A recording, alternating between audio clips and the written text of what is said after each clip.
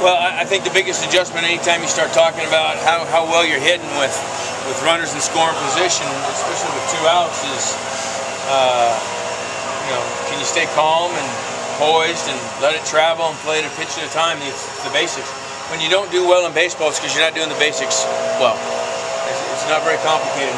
Sometimes it's not easy, but it's rarely complicated. It's pretty simple stuff, and we did a much better job today in a couple of areas with that part of it. I think that's the biggest piece. You're continuing to start the... Well, I'm sorry, I couldn't hear you. You're continuing to start the 4 freshmen in the lineup. Do you see them settling to their respective roles? Well, I think one by one, certainly Rowdy's doing a good job, in left field for us. Justin at third base, you guys saw the game speed up on him a little bit. It looked a little bit like a freshman this weekend for the first time. Did not look like that early in the year, but he's a really good player. Got 1 hit today, hit 2 balls hard, I believe it was. See if I got that right. Yeah. Good defensive play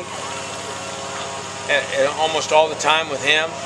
Josh is doing well at first, and Tanner Allen gives us as good of at-bats as anybody we've got, so I guess the answer is yes. What do you think of your pitching staff today? Well, it's kind of a 2-part answer. Jacob clearly wasn't as efficient, and as sharp as he has been the previous 3 starts. But really proud of the way he battled. He threw the 1 ball all the way to the backstop and 1 behind him, and had a couple of sliders back up on him, but he kept his poise. And at the end of it, it's 5 innings, 1 run, 1 walk, which was the 3rd hitter or 2nd hitter of the game, I guess, which scored. So I think overall, those guys go out there 10 times, you're only going to be at your absolute best 3 or 4 max. And so for him to have one of those 70% outings and do what he did for us, I think was good. And I think I felt like we could have run him back out in the 6th by one of those other guys to pitch. So that's what that was good about him. The relievers, 4 of them combined, were 47 out of 66 strikes. That's north of 70%. That's pounding the strike zone. And clearly Denver was up with 2 of the first 4, and then Utah Valley let him know. And but I thought he made the adjustment, did a great job. No walks, good. And then obviously Marsh, Neff, and JP were outstanding. You had to enjoy watching that. It was good. Do you have any expectations on who's going to start Wednesday yet? No. I haven't even looked at it or thought about it.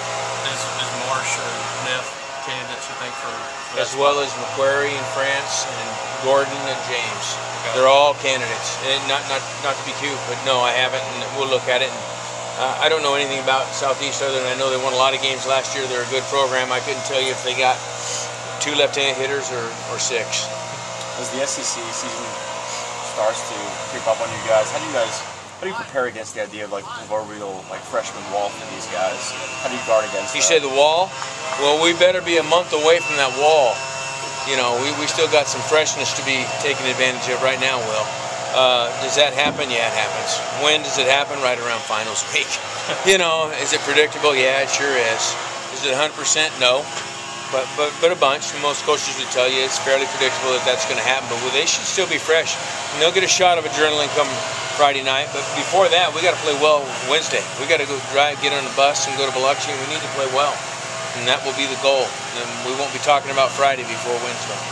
Where are you on right field right now? Would you consider that a position battle or a rotation, or what would you say is the situation with right field? Well, there's at least 3 guys that have played there recently. And they're all in the mix. Nobody's out. And I think that'd be my answer. Although I would like to, I guess I'd tell you that I like Tanner Poole playing late in the game. That ball he caught Friday in Game 2, the sac fly.